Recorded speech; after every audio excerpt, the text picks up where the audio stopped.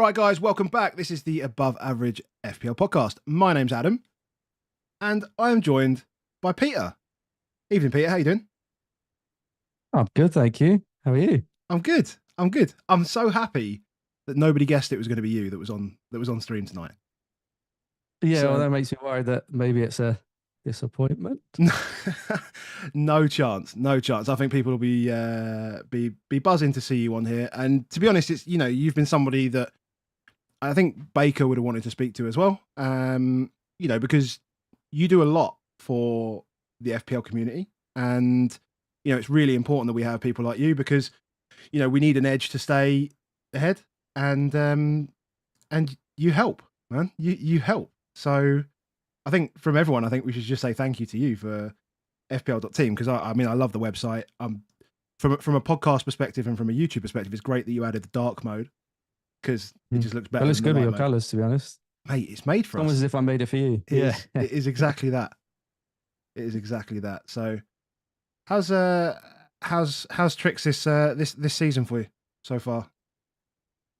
It's going all right. Not spectacular, but not horrible. About 150k. The caveat is I spunked all my chips already, so which is probably quite surprising from somebody who built a planning website that they've used all their chips already. But yeah, I think like you said, I make the website to make other people better, not necessarily myself. So yeah, it's going all right. Fun. We still got what 9 weeks left, which is almost a quarter of the season to go. So there's still a lot of room to move up and down the ranks. So yeah, excited. That's weird. You've just said like a quarter of the season to go. I mean, I don't think we'd have been sat here in game week 9 going, it's only just begun. We'd probably feel like a long time has passed. We're two international. I guess we're 2 international breaks through at that point, and we've got none left. But still, at the same time, yeah, it's still quite a lot. And there's me and Hibbo looked at it on Sunday, and there's lots of people on different chip strats and different available chips left.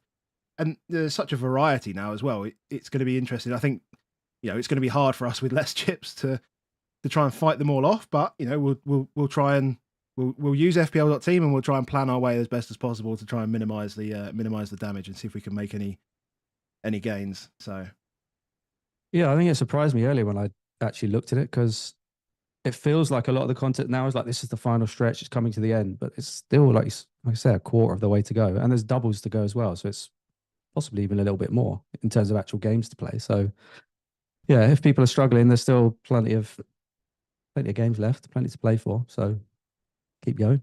Yeah, and loads of chips as well, which makes a big difference. Yeah, definitely. So hello to everyone in the YouTube chat. A few people obviously very happy that you're here, which is great. Love your app, Peter. You use it all the time.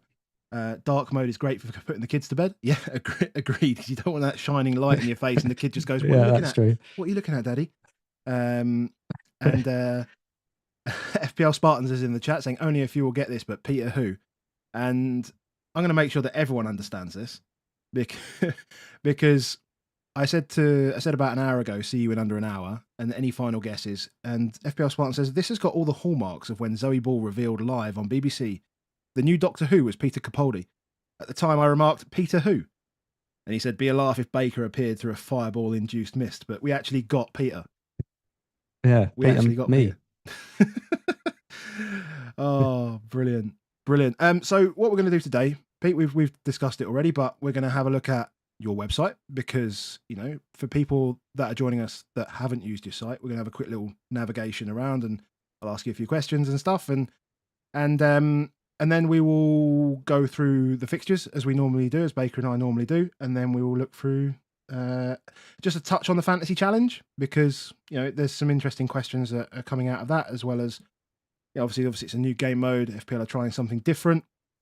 And then we will look at each of our teams for game week 30, of which we've got pretty much our moves planned in place. And I think we're relatively ready to go. I think I'm waiting on one piece of information before making a move, but I think we're almost there. So if we start... Yeah, I'm already on a -4. I don't want to spoil anything, but yeah.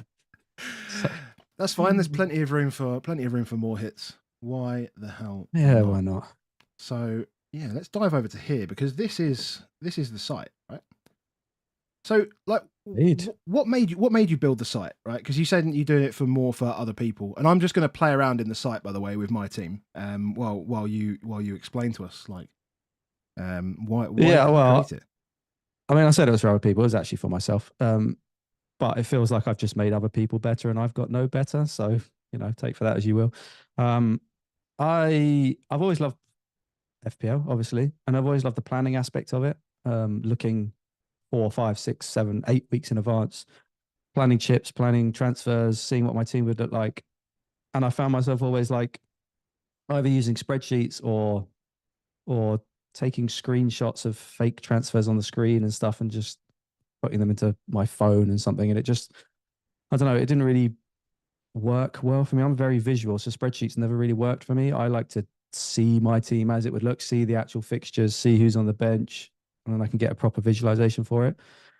I looked around and there wasn't really anything out there already that did what FPL.Team does. There was a couple, but I wanted something that really looked like the fantasy football website itself. So there's no like, when you go into a new system, you have to work out how it works, how it looks, understand it all. I didn't want any of that. I just wanted to take all the barriers away. You just log on and you know what you're doing. Yeah, So I kind of built it for myself because I'm a software engineer by trade. That's my job. I don't work on this website or the app full time. It's kind of a side hustle, I guess, at the moment. So I kind of built it for myself in my spare time about 3.5 seasons ago. And I was just kind of using it myself. And after a while, I thought it's pretty useful. So I just put it online on the public internet. And it just kind of took off from there, really. Got popular, streamers started using it, and the word got out, and the rest is history, I guess. yeah, because I mean because it's only really recently as well that you've got all of because I'm if I scroll down here, you've got the FDR, and Yeah. you can set the fixtures from James from Mhm. Planet FPL. So was that just a did he approach you for this, or did you approach him to put this on here? Can't remember which way around it was. But yeah, I remember Planet FPL. James was an early supporter. I've been a patron of theirs for years, so I've always supported them. And then they started supporting me. Um, and obviously Ben Krellin's obviously famous for his fixture planning, but obviously um, or predictions. And James Planet FPL obviously himself as well is very good at this stuff. So like I said, I can't remember which way round it was, but it was probably I think I probably approached him and said, "Can I nick your fixtures?" To be honest, but Which is fair yeah, I enough. just decided. Well, yeah, but just yeah, decided to do a little collaboration. I guess he was more than happy, more than willing to let me have them, and hopefully it gives him some traffic as well. And yeah, just kind of went from there. It's Yeah. actually been one of the biggest, I don't know, things that I've added in the last, I guess, couple of years. It's definitely been the thing that's been best received. I think it's been especially useful during a time like this. Although the amount of times you have to remind people that these are predictions and not the actual solid fixtures. I think right now we've probably got a better idea than we did, well, before the FA Cup games, I guess, and before the announcements. But yeah, way back. I mean, the predictions were on like a couple of months ago. James was making predictions back then, and obviously then it's very difficult to make solid predictions because you don't know who's going to go out the FA Cup and all sorts of stuff. So yeah, Yeah, cool. that's I mean, like, how much time does it take you, like, every week? Do you like what? I assume you're dragging data from like the FPL API or whatever it is, automatically rather than. Well, yeah, you will be doing that automatically, but like you must do some manual stuff because I remember you said at the weekend, obviously we had the release of the game week 34 fixtures, and you said, "Oh shit, I need to find some time to actually, do this and put this together." And you were at the FPL Juice five yeah. side, weren't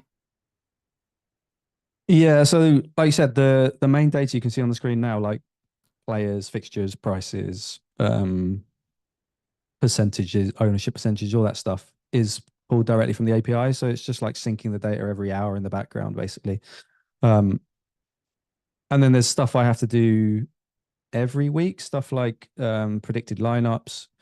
So I do the predicted lineups because they kind of fuel the predicted points. Because obviously, if a player is not predicted to play, they're not in the lineup, so you get zero. Hoping there's still some people out there. Just let us know. That's annoying because for the first time ever, I'm not looking at the chat because I'm normally looking at the chat. But we should be live. Just wait for someone to confirm, and then we can carry on. And if anybody wants to remind us where we were, Yeah, that'll be useful. to be, I bet nobody realised that I'd offered a free year for FPL.Team. I need to go back to that, man. Right, let's go back. So we've gone through everything. I don't know where we froze, so we apologise for that. But I was just saying, FPL.Team, if you haven't been here already, get yourself a pro version of this. It's $149 a month or $14.99 for the year. We're about the bit about pulling from the API. That was about 5 minutes ago, wasn't it? Oh, that was right at the beginning. So excellent. You missed all of it. So all you need to know is it's a good website. Use it. Something about predicted points. Oh my word! This is the worst. This is the worst it's been. What a nightmare. Okay, this is going to be a fun edit for me later. So I saw Flapjack told me to get my thighs out. I'm not quite sure what that is in relation to. I'd ignore Flappy as much as possible. Probably for the best. Up the ding or something. Yeah. So yeah, you obviously pull all the data from predicted lineups. So you do the predicted lineups yourself, basically, based on all of the information that you get from all the different sources. Yeah. So most of the data comes from the FPL APIs, like the player names, player prices, the fixtures, ownerships, all that sort of like fixed data. Then there's a layer I add over the top, which is stuff like expected minutes for players, which powers the lineups page, which also drives in the expected points. And then there's also stuff like the assistant manager, director of football, and the projected fixtures. So the Planet FPL projected fixtures obviously aren't part of the official fixtures because they haven't been announced yet for 36 or 37. So that's a layer I have to add on top as well. So when you're talking about why did I have to make changes when I was at the FPL Juice tournament, it's because nobody had expected the Tottenham blank in game week 34. So obviously there were some changes that needed to be made to the predictions because those fixtures aren't currently on the official website, so they're not in the official official API. So if you pull those fixtures through, they just won't appear. Yeah. So there's stuff like that. Every week I have to, like I said, adjust lineups, adjust expected minutes, and then the other stuff on top of that is any big releases. So like I was touching on before, assistant manager, director of football, that was probably 2 or 3 nights development work. Keeping the app up to date as well. I literally just released a new version of the app before we went on stream, which was quite risky. But yeah, just fixing little bugs and stuff that people message me about. So yeah, it comes and go. Once the season gets started, there's not much day-to-day stuff to do. But then obviously in between seasons, there might be a lot of stuff like the Premier League might change the API format, or they might add some stuff or take some stuff away, and I have to obviously respond to that and make changes. So yeah. Cool. And yeah, as I was playing around, if anyone was watching, or maybe you weren't watching because we were frozen, but I was just playing around making a draft and then pulling my way through like the live page. And I think you were saying previously you want to get a bit more down this right hand side just to give a bit more, have a sort of full set of information in there. I guess one example of like, so I guess something that's taken a lot of time recently is the ability to, there's 11 million teams in the game right at the moment.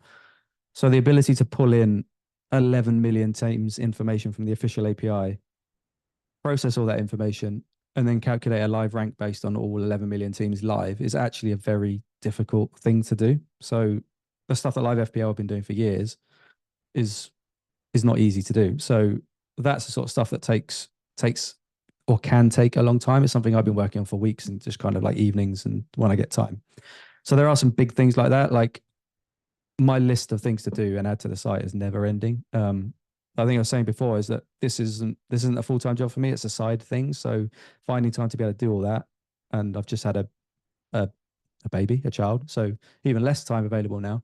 It becomes difficult to work on these things quickly. Sure. So yeah, but it's my baby, so I enjoy it, and that's what drives me forward. It's not I'm not looking to become a millionaire from the website or the app, but just I just love it. It's what I enjoy. Well, I mean, people should, when people receive content, that even if it's free, I mean, I think if you think you get more value from it than, you pay for it, Hmm. you can go ahead and support that person. I think, you know, I would argue that you provide more assistance and help than say like we do. Obviously, when we just turn up and chat shit on uh, on a camera every twice a week, right? We try our best, but this stuff is like really important, and we use it quite heavily for ourselves and for the content as well. So I mean, if you can and you do want to, there's a pro mode of this, and go and support Pete, go and support the website. And what I did say as well was, if in the comments, not in the live chat, but in the comments on the video itself, if you can guess mine and Baker's combined points, the person who's closest to that will get a year's sub to FPL.Team, and I'll sort that out with Pete, and we'll get that done. So if you're here on Sunday, actually I don't even know because the game's on Monday, so it'll be next Thursday. If you were the closest, then we'll get in contact and we'll give you a year's sub to this, because this site is outstanding. And I think we said at the start, like the color scheme is just made for us, mate. It does fit, It's doesn't it? made for us. Even that little yellow bar that's going across the top is perfect for you. I hadn't quite realised before, but yeah, perfect fit. It's perfect. Love it. And someone was saying, where's the dark mode? I think you have to go into Yeah, so it's if you go back something. to overview, and then there's just that little tick box Oh yeah, it's next to just dark here. mode. Yeah, so you can just turn it on and off. You have to be logged in to be able to set that. I don't want to press this button because, ugh, There you go. oh, that's. I What mean, do you mean? It took me hours and months to. it's it's the FPL colors though, isn't it? It's the FPL colors and stuff. So yeah, let's get that dark mode back on right now. Beautiful. Yeah, and you can get an account for free. You don't have to pay to have an account. It's just you can save. Oh, I forgot. I guess it's worth saying you can save drafts. You can save up to 2 drafts with a free plan and stuff. So yeah, you can come back and you can, if you save a draft on the website, you can load it on your phone, make changes, and it'll appear on both and vice versa and stuff. So it should be quite flexible, and play with it on the phone, on the train, and finish it when you get home. So this is my wild card in game week 27. When it got to game week 30, this is what it was looking like, and actually, it's not far. It's pretty much there, to be honest. I've got Cunha in there, and he's the only person I don't actually have in my team, interestingly enough. So, yeah, I was using it for when I was planning my wild card, and I'd clearly already transferred Tony out. So, but yeah, go and check out FPL.Team if you haven't done so already. And I think now that we've gone through it twice, we should probably move on to the fixtures. Have you checked we haven't frozen again? No, we're good. We are still there. But yeah, let's say everyone's. I wanted to check the chat. So this is the point where I wanted to check the chat to see about all the positive comments, and then realised that we'd frozen. But yeah, there are. Appreciate what Peter does with FPL.Team. Legend. Is there anything Peter can't do? I think I had 8 drafts at one point, but comparing the drafts feature is brilliant. So there you go. Oh yeah, there's a draft comparison. Yeah, I forgot about that. But that's the thing. Like, I could speak for hours on all the different features there are on there. I should probably do a video at some point. And I keep adding things, so it's yeah. I don't know. I have to come back again. You should do. Yeah, you should do a video on it. Let us know. Yeah, and how it all works with little updates and stuff like that. Yeah, why not? Right. So as normal, we've got the data from Rob T. Looking at the fixtures this week, and because there's a lot going on this week, lots of people are playing. There's quite a few wild cards flying around. Yep. And others like us without wild cards at this point. We're just looking to try and get the most points possible. So where do we target? And I think there's 5 good fixtures here, primarily, or probably 4 actually. I would say. So Spurs Luton is the standout, where Spurs expected to, for those on audio, Spurs are expected to score 3.15 goals, conceding 1 because our defence is pretty average. Then you've got Liverpool 2.65 versus Brighton 1.1. You've got Chelsea at home to Burnley 2.55. Burnley are at 0.85.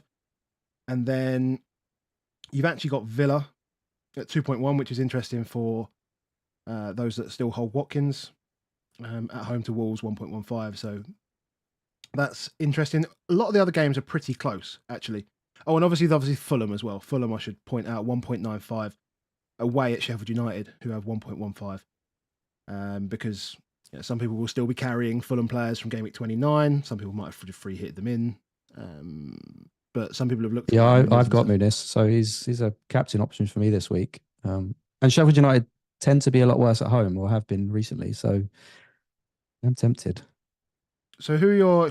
Because you wanted to talk particularly about captaincy, and I guess we'll sort of lean on that when we're talking about your team. But I guess if it's going to drive your decisions, I mean, which is the fixture that, or does this information in front of you now change what you might be thinking about? Because I guess the way you play, like Muniz might be like a really good shout, but they're not expected to score as many as Spurs or Liverpool or Chelsea or Newcastle or Villa. Yeah, I think it's just the Sheffield United fixture, isn't it? And Muniz has only really come to the fore in the last 6-7 weeks, I guess. Obviously Jimenez is back now, but I still can't see him starting. And I think the press conference today, there was a bit of a worry because I think Muniz went off in the last game with a slight knock, but he seems to have been past fit, so I think he'll play. But I think I'm probably ruling him out. I already own Salah, and I own Son, and I own Palmer, and I own Muniz. So this week is quite a decision for me. I probably think that Son is the best option this week, but there is something about captaining Salah this week when he's probably going to be at his lowest ownership for the season that's quite appealing to me, especially as I'm chasing rank and chasing mini leagues and stuff. And I think I was saying to you before we came on here, I kind of care more about my mini leagues amongst my friends than overall rank. And I know that the guy that's top of the league that I really want to win is not going to have Salah this weekend. So I'm quite tempted by the Salah pick. And there's also talk today that Richarlison's got a fresh knee injury. So yeah, Son's probably going to play almost 90 minutes up front. And Luton have still got so many injuries in defence that I can't see them conceding any less than 3, to be honest, this week. I mean, if you've come here to be talked off Son, like you're on the wrong channel, mate. This is the wrong podcast for that. Like, it'd be worse if Baker was here. Yeah, there's no getting me off of Son Heung-min this week. And a couple of interesting ones I think that people are going to be looking at from a keeper perspective. I think it's quite interesting because there's like lots of people who have Dubravka, Areola. They'll actually just have that combination. There'll be quite a few on Neto. Obviously, Kaminsky's kind of a no-brainer. You just put in goal whoever is not Kaminsky, I guess. If you were, I have Kaminsky. Yeah, don't play him. That would be my advice. If you had, let's say, Dubravka or Neto, and what's interesting here is that both Everton and West Ham, both predicted to score 1.35 goals. Where would you go? Where do you think you would go if you were given that choice? So I have Dubravka and Kaminsky. So for me, it's a very easy decision with Dubravka, but I am not expecting a clean sheet. Newcastle's defense, we keep saying it, and it's like we still don't believe it, but Newcastle's defense has been absolutely awful this season, statistically and actually. But on the flip side, Bournemouth just conceded how many goals in the double game week to two of the worst teams in the league. So I'm not sure I'd trust their defense either. But I would probably trust West Ham to score more than I would trust Everton. Everton just don't seem to have that ability to put the ball in the net very well. I think I would probably just edge Dubravka in that instance. I think you've probably got more chance of Newcastle actually, with the players they've got, actually putting up a good defensive performance based on the past than you have with Bournemouth. So I'd probably just go Dubravka in that instance. Okay, fair enough. Yeah, they did concede 5 in that double game week, which is obviously very. The 2 of the worst teams in the league. The 2 worst teams. Well, the 2 worst teams, yeah. Yeah, that is true. I'd probably lean the other way. I would probably more focus on the fact that Everton can't score. As many chances, that is the flip side. As many chances as they get, and because Everton don't score, when they do not score, keepers make lots of saves. And Neto has probably no real danger from anyone in that back line for bonus if he's facing like 10, 15 shots. You know, I think I think Neto is probably clear for me. And as you've said, I mean, you said like Newcastle defense is horrible. Obviously, Botman's out for a while. Trippier's still. That left side is not particularly well functioning either. So the whole back line, the whole back five, just doesn't. I just don't. I just wouldn't trust it personally. Yeah, I would say if one's going to get, well, actually, I don't know if this is true. If one's going to get a bigger score, it's probably going to be Neto. If Bournemouth keep a clean sheet, I can't. Well, unless Abanye scores again, but I can't see the defense getting much. Whereas Newcastle, you got Trippier, who, if he does play, hogs all the bonus, and yeah, and they're more likely to score more goals, so their attackers are more likely to get a lot of points, I guess, or a lot of bonus. I don't know. It's a tough one. Like, I guess I could see West Ham probably more likely to score, but I mean, the odds here have got them exactly the same, so Yeah. I don't know. It's a bit of a coin flip, to be honest. There's also a bit of talk from Bournemouth fans that of Neto being dropped from poor performances this season. I don't know if that's gone away, but don't make me feel nervous about that. I think I saw some of that. There was a bit of chat about it. I think Areola was just saying that there's competition in every place. I think is how the conversation was. The sort of the narrative was built off of that. There's competition in every position. Oh shit, the keeper's at risk. I think is how it kind of. Well, he has made quite a few errors this season. Like I said, after conceding 5 goals to the 2 worst teams in the league, I don't know, you never know. But I guess it's not something you have to worry about because he either plays or doesn't play, so you get your sub keeper either way. So yeah, I get Raya against City. Fun. Well, I'm playing double Arsenal defense this week, so. So talking of Chelsea, moving on to Chelsea. Do you have Chelsea at the moment? Do you have Palmer? You do have Palmer, don't you? Do you have any other Chelsea? Am I allowed to spoil my surprise, my -4? My -4 is for 2 Chelsea players this week, so I do now. Yeah, cool. I brought in Gusto and Palmer this week. So yeah, I'm quite hopeful of almost expectful of a clean sheet this week for Chelsea. And also there's news that Sanchez is injured. So Petrovic suddenly looks, I mean, he was probably nailed anyway, but it kind of just nails on his nailedness, as it were. Yeah. I mean, interesting, there's 2 other players that I think, so you got Petrovic, Gusto, though people have talked about James coming back in close to the end of the season, maybe putting his position at risk. Obviously that's not happening in the short term. And so I'm not overly concerned about that. Although I do have the Chelsea players for the double. Palmer's obviously a lock. The interesting one is is Jackson. Like, is there any appetite from your side at Jackson? Because it's weird. These strikers are now becoming interesting. So Jackson, interesting. Although I gave Gianni a bit of shit on Twitter saying I'd never have him, which I probably won't. Darwin and Isak, the 3 players in the next few weeks that look really, really interesting. Mm-hmm. I think it's just about trying to find the best way to navigate between. Well, I don't know. I think if you can start with Darwin and then find the best one out of the other 2 nearer the end of the season when those doubles kick in, I think that's probably the best way to go because Liverpool's fixtures for the next few are really, really good. Yeah, I think. Well, so are Chelsea. I mean, they've got Burnley and Sheffield United in the next 3. So if you ever wanted to jump on them, this is probably a good time. Jackson is on my radar. I was looking at some of the stats earlier, and Jackson's still 3rd for the season for non-penalty XG, I think, which is crazy. Behind Haaland and Nunez. So talking of Nunez as well, I really like Jackson. It doesn't sound like Nkunku's anywhere near coming back either. No. Sterling's not going to play there. So he feels locked. I guess the only risk is the 9 yellow. He's on 9 yellow cards, isn't he? And then Nunez is on 8 yellow cards. So there's a bit of risk between them all. And it's a 2-match ban if he gets it. So that's the last thing you'd want before a double. But yeah, I really like Jackson. It's kind of Nunez vibes again, like all the XG, but no, the finishing. Well, I'd say the finishing capabilities. I mean, Nunez has shown that he can finish. It's just he seems very inconsistent. I'm not sure if Jackson has even shown us that yet, has he? No, not really. And I still can't. I still really find it difficult to trust anyone attacking wise outside of Palmer, particularly because Palmer has pens. Yeah. Obviously Sterling, interesting, but we know how hot and cold he can blow, which is, it's difficult, especially in the midfield slots. I think that's why Jackson's interesting, because he's a forward. And you look at some of the other teams, and you go, it is basically those sort of four strikers. I'm looking around, like Solanke, Isak, Jackson, Watkins, Darwin, Haaland, Tony, maybe.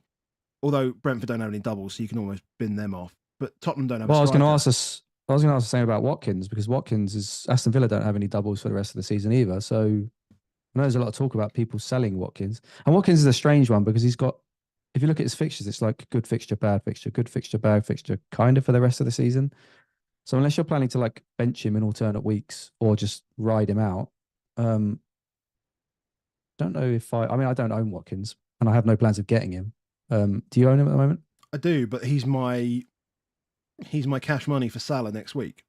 So he's definitely coming out, and I can go from if I make the defender transfer that I'm looking to make this week, then next week will be Son and Watkins to Salah and Darwin, which I think is pretty reasonable ahead of 34.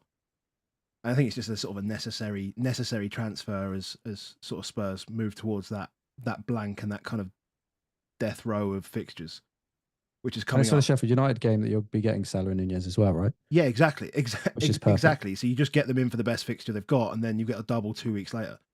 So Yeah. it does kind of just fit. As sad as it will be to see Son leave my team, even though I've only had him a short while. But yeah, this Tottenham game is really interesting as well. For this week, I think I'm really pleased that I've got two Spurs players, two Spurs mids, and because Rob T also shared all like the top projections from all fixtures this season, and like ridiculously, this is the fourth highest expected goals for any team this season, which is genuinely mad, actually. Only above us, only above Tottenham Luton was City versus Burnley in 22, City versus Bournemouth in game week 11. We all know what happened then. Cheers, Doku. And City versus Sheffield United in game week 20. So, yeah, this game, we're expecting a big home win, I think. And I'm expecting as well, which is why I said that my head says that I should captain Son this week. My heart says I should captain Salah.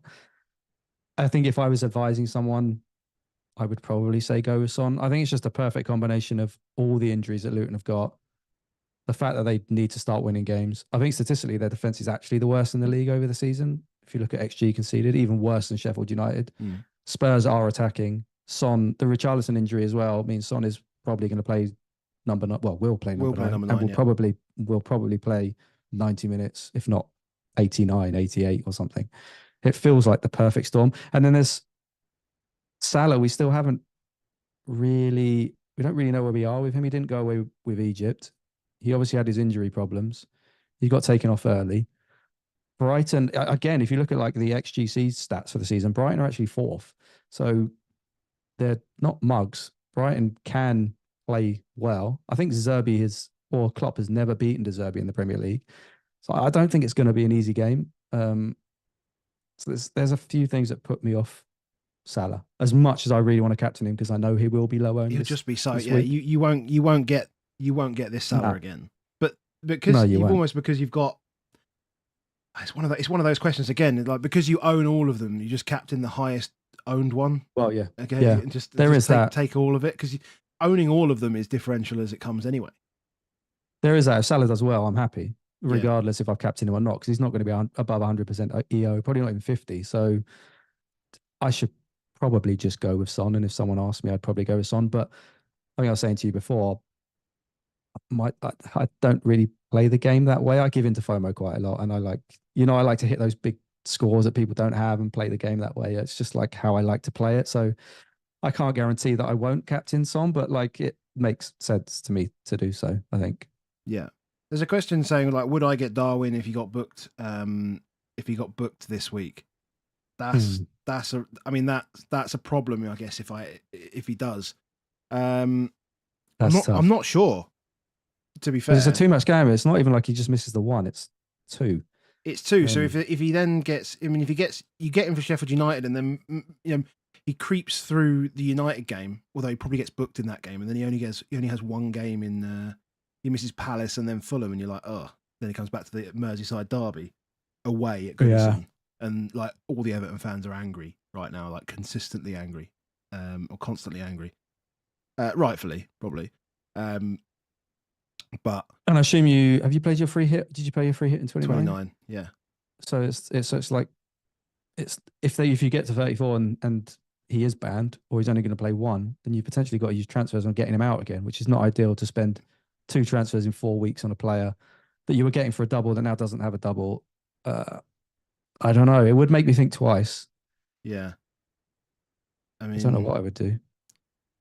Yeah, I'm not sure. I mean, I think I'll have to. The problem is there's no. Do I just go Jackson at that point? Almost. I mean, he's on 9 himself. So he's on 9 himself. Yeah, Jesus Christ. So you're in the same situation. Stop getting just go for Isaac. Stupid fucking bookings, kicking the ball away and shit like that, taking the shirts. Well, they're not really taking the shirts off anymore.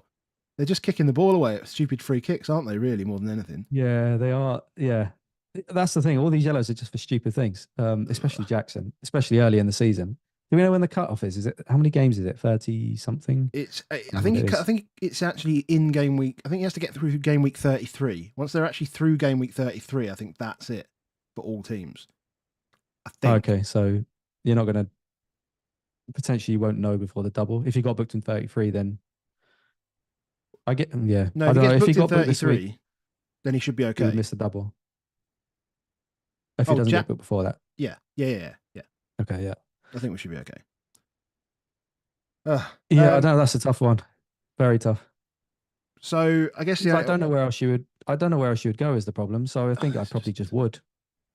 That is it. Unless I did something stupid like Mateta and just played like 3-5-2. I think I'd rather risk Nunez, to be honest. yeah. When you say it, to be fair, when I listen back and say it out loud, I'm like, yeah, I might go Mateta instead of Nunez. It does sound ridiculous. I guess Cunha's probably maybe the one because he's back in training. There was a question in there: is he back? Yeah, he was back in training. He was back in training this week, the beginning of this week. So he is. The problem is if you're getting players for the double, you might as well count their double as a single because Arsenal is horrible from an attacking point of view. Like they're the best defense in the league. I wouldn't count on getting much from that. That's what I mean. I don't know where else I would go, to be honest. I wouldn't want Mateta. I wouldn't want an Everton striker. I wouldn't want a Sheffield United striker. So it's really only, if you're looking at doublers, it's really only Cunha, Solanke you've probably already got, or an Arsenal striker. And Jesus, I think, is the only one in the game who's not playing. So, but who hasn't got 3 Arsenal ahead of 34 already? Yeah, exactly. I know there's a question of like getting the right 3, but you're never considering Jesus when you've got Odegaard in there. No. Right. So it's just that's what I mean. He's the only Arsenal striker in the game, isn't there? Him and Nketiah, and they're both not playing at the moment. So you're not going there either. So I think I would probably just, based on all that, I think I would just still risk Nunez, to be honest. And then if he does get booked, deal with it. It's one of those things that it's not a problem until it's a problem. So just deal with it when it's a problem. Nice. And let's just touch on the City Arsenal game then. So how many players are you playing in this game? 3. I really don't, as I say, I really don't like playing players against each other. This is one of those fixtures where I feel like I'm kind of justified having the 3 Arsenal boys on the bench. This is the weakest prediction they'll have all for the rest of the season. And then obviously their fixtures take off. Well, yeah, so I'm benching Foden. I don't have Haaland. So my 3 are 3 Arsenal players. Annoyingly, 2 of them are defenders, Gabriel and Saliba. But my other defenders are Kirkez, who I don't think will play, and Reguilon, who is suspended. So I don't really have a choice. I did have Doughty as well, who's got the worst fixture in the world, and I switched him for Gusto. But yeah, we're talking about more hits. I don't think it's worth an extra hit for Kirkez or Reguilon to someone. So I'm just going to go in and hope it's one of those 0-0, 1-0s to Arsenal or something. Cagey game. Fair enough. Happen. So before we look at our teams, so we'll move on from here. So before we look at our teams, there is obviously a new game mode. There is the Fantasy Challenge, which has had a mixed reaction, I think is fair to say, from the from the minority of FPL users, basically everyone on Twitter. So I don't know how you feel about them introducing this game mode at this point. We spoke a bit actually before the pod about this. Mm. And I think for me, I said that people were just being negative for the sake of being negative, which is kind of true. I get there are limitations and there are places where you can exploit it a little bit, and does require you to spend a bit more time if you want to really win that signed Ange Postecoglou shirt this week. But it's a new thing. It's a bit of fun, and my point at the start pre-pod with you was this is the testing phase for them. This is the testing phase. Because there's no way it would go through testing and then be released like this if you could just exploit it.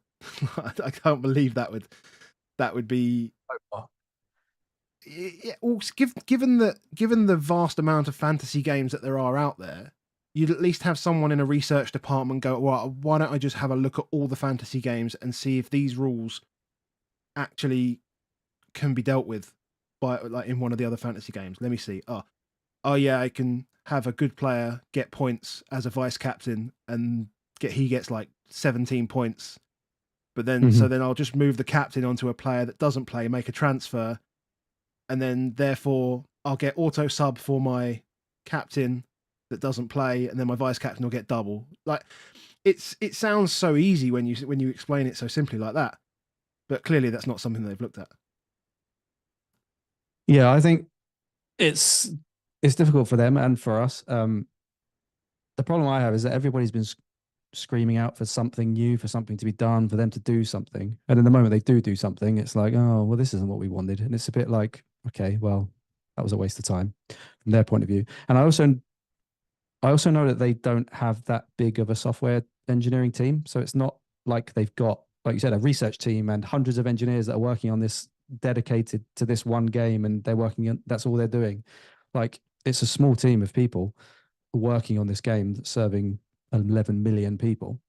So it's not easy. What I do like about this though is it feels like, and you touched on it, it's like a testing ground for things. Because I've always thought about the problem of the deadlines and team leaks and stuff that people always complain about. And there's no perfect solution. If you move some people say move the deadline to the first kickoff. Well, that's fine. But if there's a 12:30 kickoff, there'll be leaks for the 5:30 game. So doesn't really help with that. If you move the deadline to 24 hours before, which I've heard people say, well, then if there's a Friday night game, suddenly your deadline's on a Thursday night and you don't get to listen to all the press conferences. So you're going in kind of blind. That's not ideal. There'll still be leaks. There'll still be leaks, and they'll just be not as reliable because things are more susceptible to change. Yeah, we've heard them before. This player hasn't traveled. This player hasn't traveled. Oh, now suddenly they have traveled. Was it Botman left his keys behind or something, and suddenly then he was traveling, and it's stuff like that. Like it won't get rid of it. None of that will solve it. And it felt like an almost impossible problem. But what I like with this is the moving deadlines. If they can introduce that into the real game, now I know there's a load of complexity around that, and there'll be obviously some problems. But if you can kind of transfer or wait until your players essentially about to play, so even through the point of, I remember the Huang scare in the warm-up and stuff, you essentially get all the way up to kickoff to know if your player is going to play, and you have the option to transfer that player out all the way up to the kickoff, then all team leaks disappear because it doesn't really matter. Obviously, it has a load of other problems that would need to be worked out around when does the deadline actually start and end? Are you taking hits if you transfer your players out at that point, or does it count to the next week? And price changes for players that you've then taken out after the deadline, but before the new deadline or whatever. It's like, I'm not saying it's easy, but it sounds like a potential solution to this problem. And having this in this game as kind of a beta or a testing ground for this stuff, I think could be really good. So I can kind of see why they've done it. In terms of actually the game itself, it feels kind of like FPL Draft when that came out, and it was a little bit of hype for a bit, and then I haven't played it for years, and it feels like similar to this. It probably doesn't appeal to me, but that doesn't mean it's not good. Maybe I'm not the target market. I hope it does well, and good luck to them because at least they're trying. It definitely feels a bit gimmicky, but that's not the worst thing, right? They're trying to make it fun. They're trying to make it more fun, and they're trying to re-engage people that have, this is the last international break of the season, and so this is probably the lowest, user, what's the word? it's probably the lowest the users are going to be, the active users are going to be in the season, because they've gone, international break. Oh, now I've completely forgotten about it. And, people who are casual and are just not doing so well, they will just completely forget that football even exists now, pretty much. And they just won't come back to it. And there'll be hardly any transfers and such. So, are you playing it? Are you going to play it? I probably will, but not going to dedicate much time to it.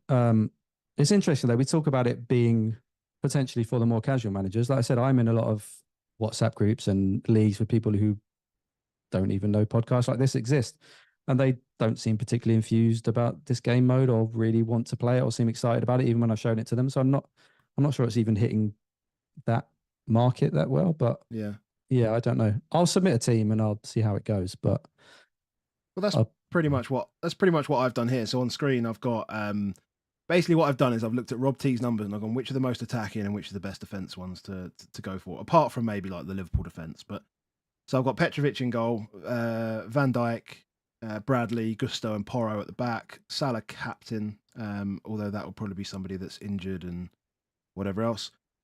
Son, Palmer, Sterling, Jackson vice captain, and Darwin, and then a bench of Vicario, Romero, Maddison, and Muniz. Every single player here is playing at home. Right, this is the first thing I noticed about this, is that every single player in the squad, apart from Muniz, is playing at home. And I think those that play like single game week fantasy games, whether it be FPL.Team or whether it be So Rare or something like that, will tell you, if you can get a game week where good teams play bad teams and all the good teams are at home, they're the ones you want to stack up and focus on and really focus your attention on. So however you want to play this, whether you do all the auto sub wankery and all that sort of stuff, which, if you want to do best, I guess that's the way to do it. I think that's like the core fundamentals of this week is back the teams at home from the good teams that are playing the bad teams, and then just really just stack them all, as many as you can, and see how you get on. You can have what, five in the same team in this game? 5 in the same team. So yeah, I could literally have like 5 Liverpool, 5 Spurs, and then just chuck Petrovic in goal. That Salah captaincy set? Because now you're swaying me again. No, it's not set. I mean, the Salah captaincy and the Jackson vice captaincy is primarily because Jackson plays first and Salah plays at the end of the game week, and that's kind of part of the gamesmanship of this game. Yeah, Salah plays last, and so if because then I can always just move. Well, I can't move it to like Son, but it would just be a Liverpool player, right? It'd be the Salah or Darwin or whatever. Yeah, it's just I think it's a bit of fun. I'm going to play. I'm not going to bother with all the wankery shit, but I'm just going to submit a team every week and see how it does. Mate, this week I've just basically taken my predicted points from my site, and I've just put in the top players from that and just see how it does. It's kind of like a little fun test of that, I guess. Yeah, I mean, mate, it's an Ange Postecoglou shirt. I'm going to do everything I can to win the whole thing. If I win, I'll give it to you. Sounds good to me. Deal. Said live on stream. Yeah. And we are still live. That's useful. I'm recording anyway, don't worry. Cool. Let's move on to our teams. Let's close this out. In theory, we've been going for just over an hour, but we did stop for a few minutes, unfortunately and unintentionally. I was just got Baker's team. So Baker has messaged me from his Sun Lounger in Lanzarote earlier. I love that you're shaking your head, and I'm going to expose you here, but I love that you're shaking your head. And you said to me it's an absolute disgrace. And I just went, mate, have you not just spent 3 months during winter in Colombia? Like, yeah, but that was then. This is now. Oh man. And I live in Scotland. I get the worst of it, man. I get the worst of it. You boys down in the south, you get the relatively half decent. Maybe you just told me you lived in, where is it, Malaysia for 6 years or something? Yeah, but that was I don't want to say that was then. That's so long ago, man.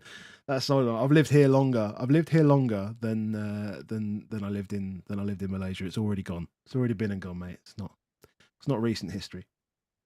Fair enough. So anyway, Baker's leaning on potentially one transfer, and I've made that transfer because you can in FPL.Team make transfers to see what your teams are going to look like. So if you haven't done that already, head over to FPL.Team. And he's looking at Neto in goal, Porro, Gabriel, and Bradley. So he's going to bring Bradley in for Ake. Son, captain. Foden, Palmer, Garnacho. Watkins, Haaland, and Solanke up front with a bench of Areola, Saka, Saliba, Kabore. Small disclaimer, he wasn't sure whether to play Garnacho, Saka, or Foden and which one to bench. So naturally for him, I benched the Arsenal player because that just has to happen. So yeah, that's how he's set up at the moment. That transfer hasn't been made as yet, but he's very likely going to make that move, I'd imagine. But he'll still be abroad when the deadline passes. So I'm sure he'll send a photo of him drinking a pina colada or something like that whilst finalising his team. But we'll be back on Sunday. He'll be back on Sunday. That's good. Let's go your team, Pete. So feel free to read it out as well for those that are listening on audio. Right, yeah. So I've got Dubravka in goal. Not expecting much. Gusto, who I brought in for a -4 for Doughty, who has been past fit today, by the way. There was an injury doubt, but he's fine. Gabriel and Saliba, so double Arsenal defence away at Man City, which doesn't sound great.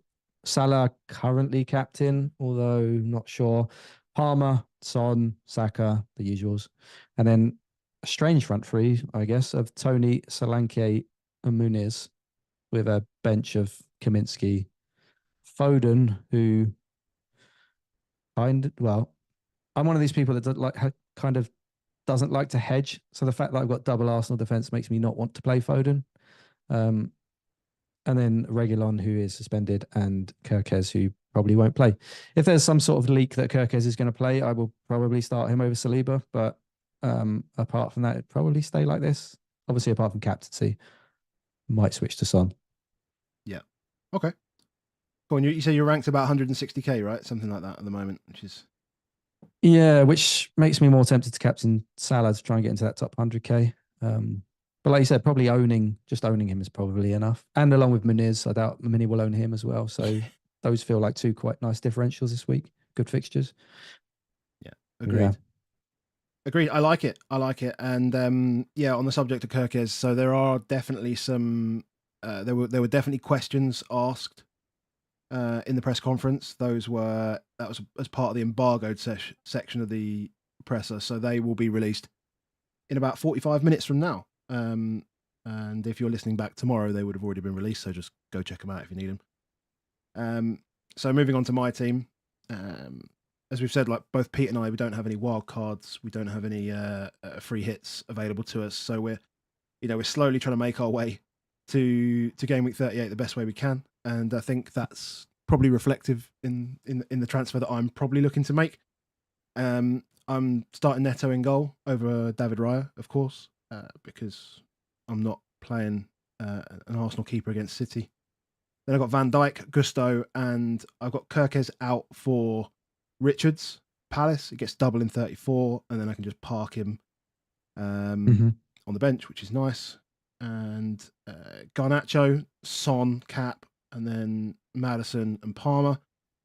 Pretty straightforward midfield. Haaland, Watkins, Solanke up top. Again, pretty straightforward front line. Benching all the Arsenal players. Gabriel and Saka both bench. Doughty, as you say, past fit, but against Spurs, no chance I'm playing him. He is locked in third on my bench.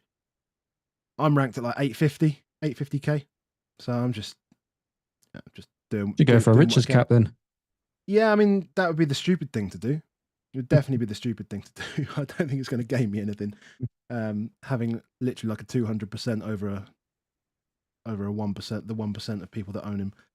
I don't think that's quite worth it.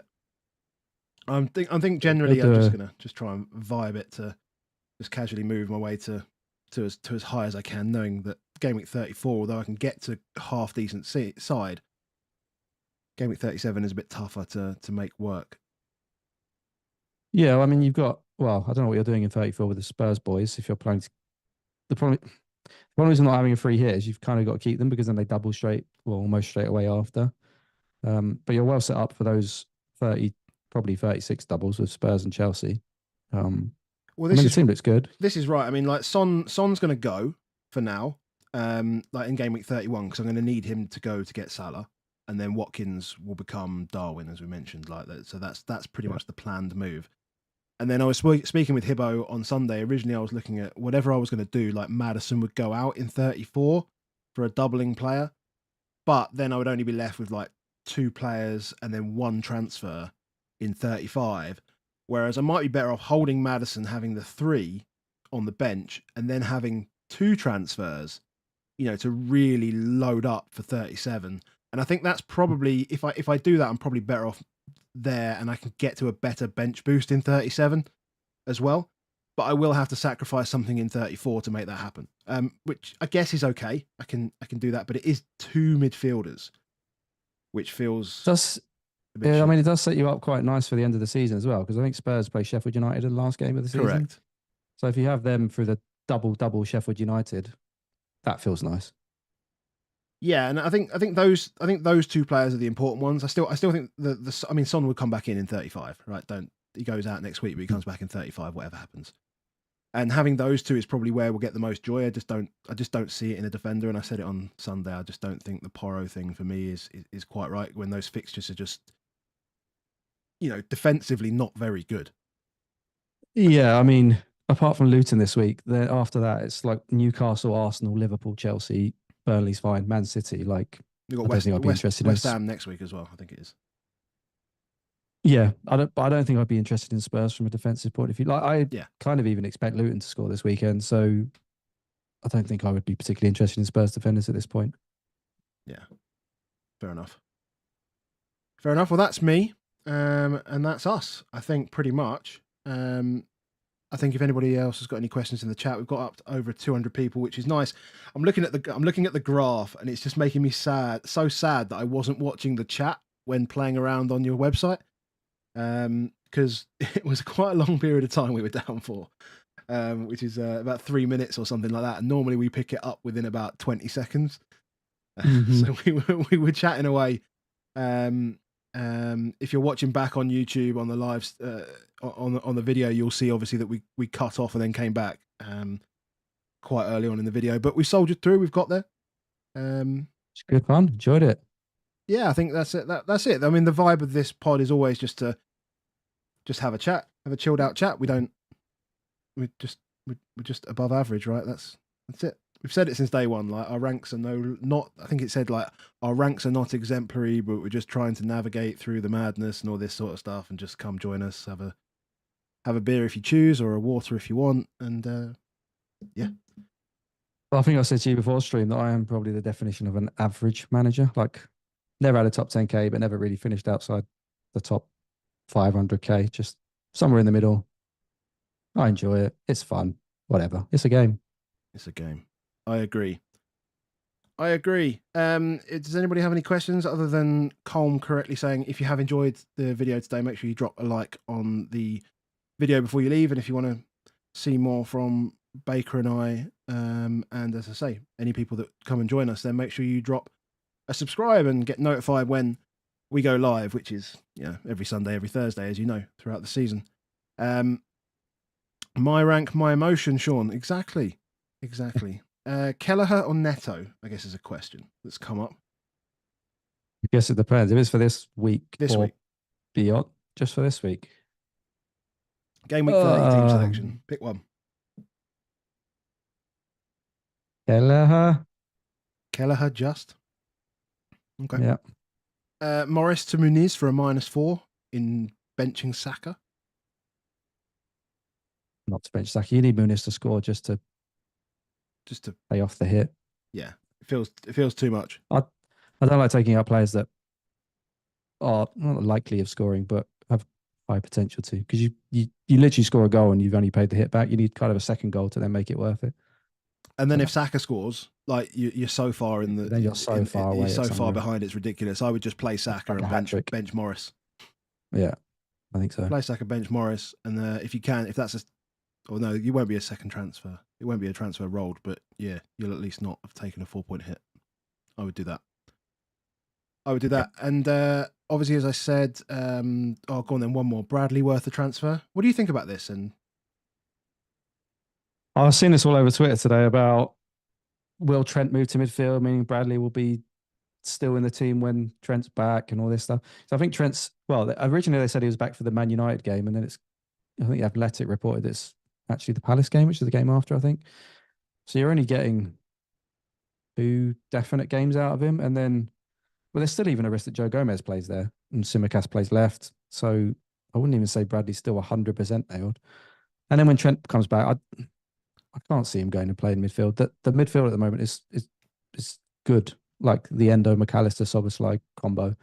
Yeah, I can't see Trent going in there. So if it's a long-term thing and if you want them for the double, then no. If it's a couple of weeks for the Brighton and Sheffield United games, fine. But I wouldn't expect much from him after that. I'm just trying to.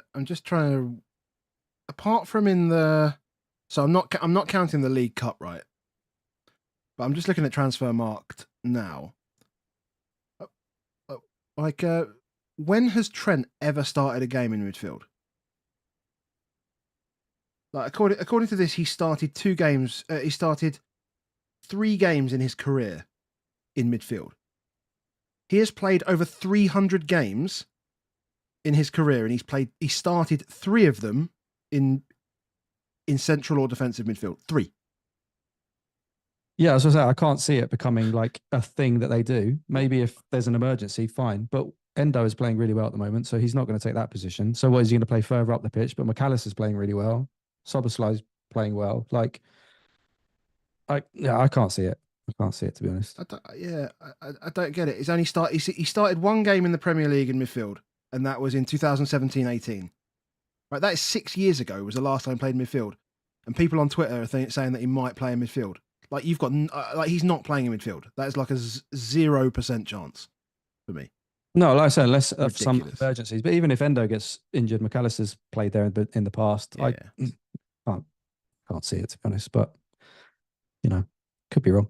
Could be wrong. Well, we'll see. I will die on that hill that I don't think that he will start in midfield. But I've been wrong many times, mostly with my FPL picks and stuff like that. But there we go.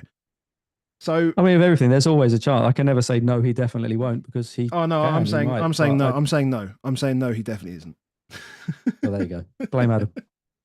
Definitely blame me. Right, we will leave it there. Pete, thanks so much for coming on. Just very quickly remind everyone where they can find you. On Twitter at FPL.Team _ I think it is right now. I've been trying to get the one without the underscore, but impossible. And obviously the website FPL.Team, or search for FPL_Team in your app store and you'll find the app. Wonderful. And remember, in the comments section, not in the live chat, but in the comments section, if you are the closest person to guess how many points myself and Baker score combined this week, then you will win yourself a year's pro subscription to FPL.Team. We use it every week for our planning. We use it every week on the stream. So go and support those who do great stuff within our community.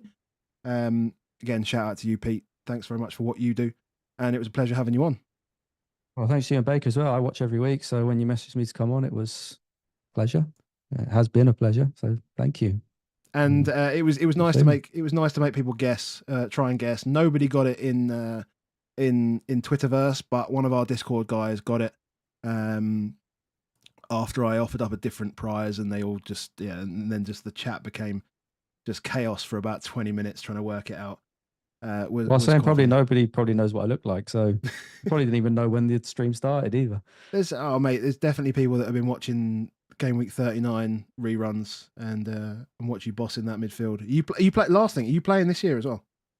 Yeah, I'll be there. I think this is the decider, isn't it? So it might be the last one, but yeah, I'll be there.